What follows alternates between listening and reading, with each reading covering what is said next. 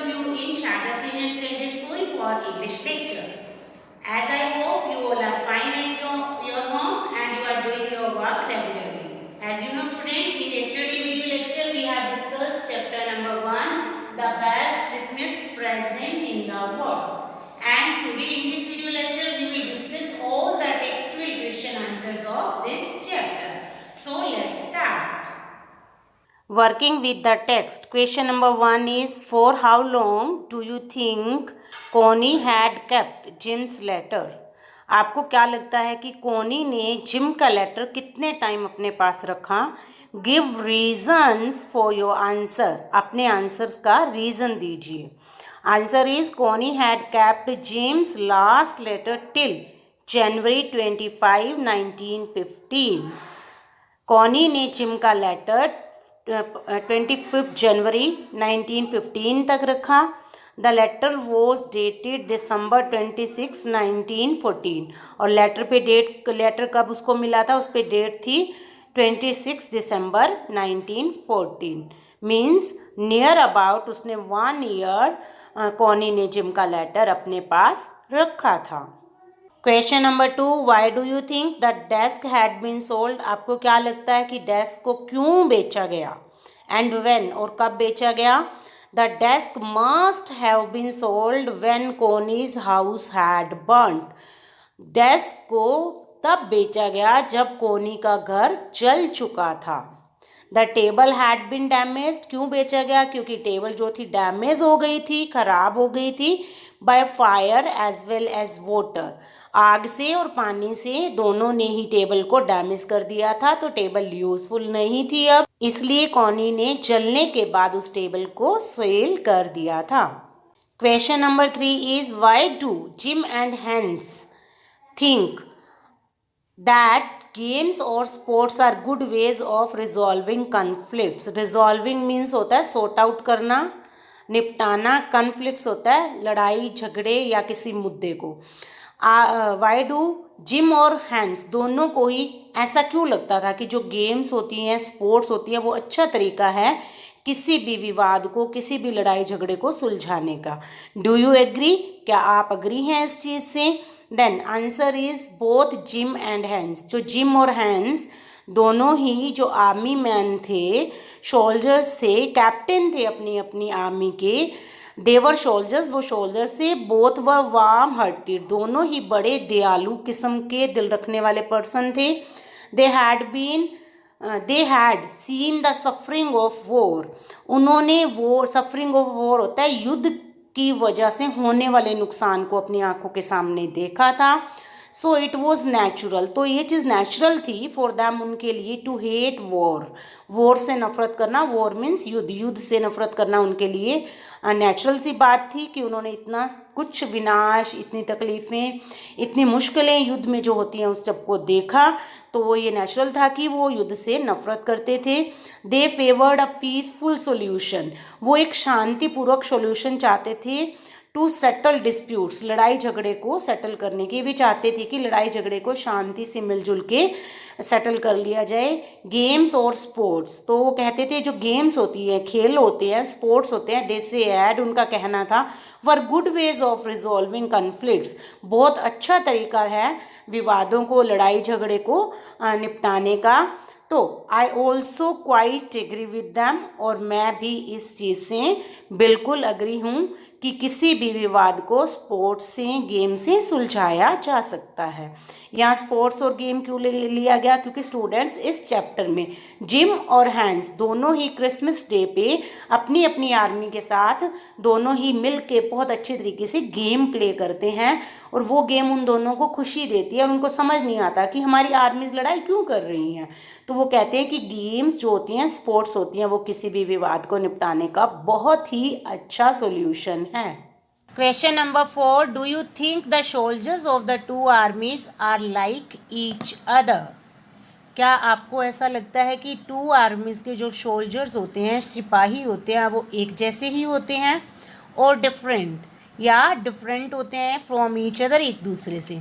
Find evidence from the story to support your answer.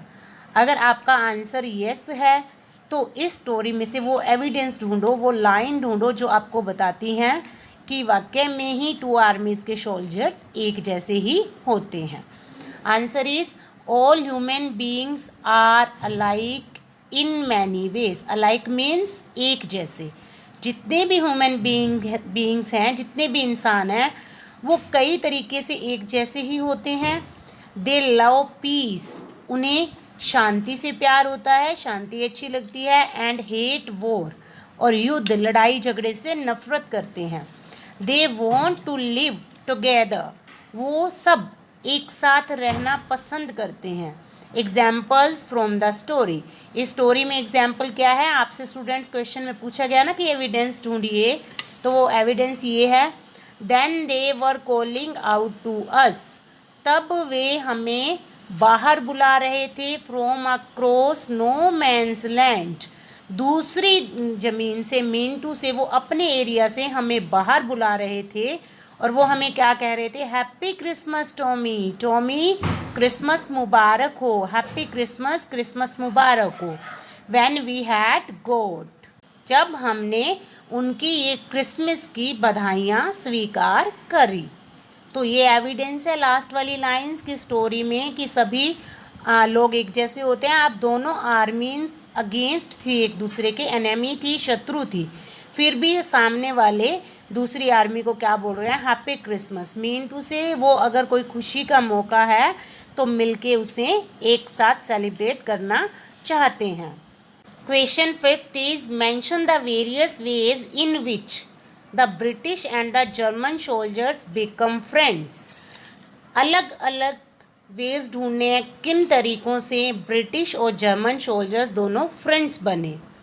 And find things, और वो चीज़ें ढूंढिए इन कॉमन एट क्रिसमस, जो Christmas day पे दोनों आर्मीज़ में, दोनों साइड के सोल्जर्स में बिल्कुल कॉमन थी, एक जैसी थी। Answer is the British and the German soldiers belonged to different camps, दोनों ही बिलोंग करते थे किससे? अलग अलग कैंप से। मीन टू से दोनों अपोजिट कैंप के सोल्जर्स थे। ब्रिटिश की अपनी आर्मी थी और जर्मन की अपनी आर्मी थी। They were enemies in war time, war time means युद्ध के टाइम में वे दोनों एक दूसरे के एनिमीज थे, दुश्मन थे। बट आफ्टर ऑल, लेकिन इन सब के बाद भी, दे वर ह्यूमन बींग्स, वो सब इंसान ही तो थे। And therefore they had similar feelings, और इसी वजह से उन सब में एक जैसी भावनाएं थी। They share the festive spirit of the Christmas, उन्होंने क्रिसमस पे एक उत्साह भरी, जो जोश भरी खुशियाँ थी वो एक दूसरे से शेयर करी। दे गॉट ओवर हेटेड, उन्होंने नफ़रत पे विजय प्राप्त की। उस दिन उन दोनों आर्मीज़ में एक दूसरे को लेके किसी तरह की हेटर नहीं थी, नफ़रत नहीं थी। एंड प्लेड गेम्स, उन्होंने गेम खेली। Feasted and drank like good friends, अच्छे दोस्तों की तरह। फीस्टेड होता है एक साथ खाना, एंड ड्रैंक और पीना, एक साथ उन्होंने खाया पिया। बोथ हेटेड वॉर, दोनों को ही युद्ध से नफरत थी। बोथ वर एनेक्सियस, दोनों को ही चिंता थी। To go back to their families, दोनों ही चिंतित थे किस बात को लेकर कि वो अपनी फैमिलीज के पास वापस जाना चाहते थे। At the end of the war, war के एंड में, मीन्स दोनों साइड के सोल्जर्स चाहते थे कि वॉर ख़त्म हो जाए, युद्ध ख़त्म हो जाए और वो अपनी फैमिलीज़ में, अपने घरों में वापस चले जाएं। Question number 6, what is Connie's Christmas present. Connie के लिए क्रिसमस प्रेजेंट क्या था? जो जिम मैकफर्सन की वाइफ थी कोनी, उसके लिए क्रिसमस प्रेजेंट क्या था? Why is it the best Christmas present in the world, और उसके लिए वो प्रेजेंट दुनिया में सबसे बेस्ट क्यों था? आपने चैप्टर का नाम भी देखा, क्या नेम है? The best Christmas present in the world. कोनी के लिए वो क्या क्रिसमस प्रेजेंट था और वो सबसे बेस्ट क्यों था? आंसर इज कोनी थॉट, कोनी ने सोचा दैट कि gym had come back, gym वापस आ गए हैं। मीन टू से जब ऑथर उन्हें वो लेटर देने गया जो उन्हें पुराने डेस्क में मिला था, तो कोनी को ऐसे लगा कि जिम वापस आ गए थे फ्रॉम वॉर, युद्ध से, युद्ध के बाद वापस आ गए थे। शी मिस्टुक, उसे गलत फहमी हुई द ऑथर फॉर जिम, कि जो ऑथर है वो जिम है। She had been waiting for her husband Jim, वो अपने हस्बैंड जिम की वेट कर रही थी। So the coming home of Jim, इस तरह से जिम का वापस आना, वैसे तो वो ऑथर ही था, लेखक ही था, लेकिन कोनी को लगा कि उसका हस्बैंड है जिम, तो इस तरह से जिम का वापस आना was the best Christmas present in the world for her, उसके लिए इस दुनिया का सबसे बढ़िया बेहतरीन क्रिसमस प्रेजेंट था। क्योंकि जिस दिन वो लेटर लेके कोनी के पास गए थे ऑथर, वो क्रिसमस का ही दिन था, तो इस तरह से उनके लिए वो सबसे बढ़िया क्रिसमस प्रेजेंट था। उन्हें लगा कि जिम वापस आ गए थे। Question number 7, do you think the title of the story is suitable for it? Students, क्या आपको लगता है कि जो टाइटल है स्टोरी का, the best Christmas present of the world, ये बिल्कुल सुटेबल है, सूट करता है स्टोरी को?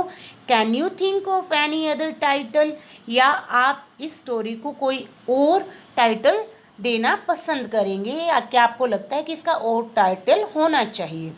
Answer, decidedly the title of the story is most suitable. तो आंसर क्या है हमारा स्टूडेंट्स, कि ये जो स्टोरी का टाइटल है वो एकदम से सुटेबल है फॉर द ओल्ड कोनी, उस बुजुर्ग लेडी कोनी के लिए। No other present could have given her such joy, इस प्रेजेंट को छोड़ के और कोई भी प्रेजेंट उन्हें इस तरह की खुशी नहीं दे सकता था। कौन सा प्रेजेंट? क्रिसमस के डे पे जिम का वापिस आना, जो उसे गलत फहमी से लगा कि ऑथर नहीं है, जिम है, तो इससे बढ़िया प्रेजेंट उसके लिए खुशी का कोई हो ही नहीं सकता था। As the coming home of Jim, जैसे कि जिम वापस आ गए थे हर हस्बैंड, जो कि उसके हस्बैंड थे। हर presumptions might be wrong, presumptions होता है उसकी जो आइडिया था, जो उसको लग रहा था, जो उसकी गलत फहमी थी, वो गलत हो सकती थी, but she goat the greatest happiness of her life, लेकिन उसे उस दिन greatest happiness of her life, अपनी लाइफ में बहुत ज़्यादा वाली खुशी मिली थी, क्योंकि उन्हें लगा था जिम वापस आ गए थे। Since the story revolves around Christmas, और ये जो स्टोरी है पूरी क्रिसमस के चारों इर्द गिर्द घूमती है, क्योंकि जो वॉर हो रहा है वहाँ पे भी क्रिसमस सेलिब्रेट की जा रही है, और कोनी को लेटर आया उसमें भी क्रिसमस के बारे में लिखा था। अब ऑथर जब देने गए तो भी क्रिसमस का ही डे था, तो पूरी स्टोरी क्रिसमस के अराउंड घूमती है। The alternate title of the story could be war and peace, या फिर अगर इसकी जगह पे हम और कोई टाइटल देना चाहें तो वो ये हो सकता था, वॉर एंड पीस, युद्ध और शांति, या फिर क्या हो सकता था, क्रिसमस गिफ्ट, क्रिसमस का gift. But neither can be a match to the present title, लेकिन नीदर मीन्स कोई भी, can be a match, match नहीं कर सकता टू द प्रेजेंट टाइटल, जो टाइटल स्टोरी का इस टाइम है, means the best Christmas present title को कोई भी और टाइटल मैच नहीं कर सकता, ये सबसे बेस्ट वाला टाइटल है। And in this way students, we have completed our this chapter. So have a nice day. Bye bye.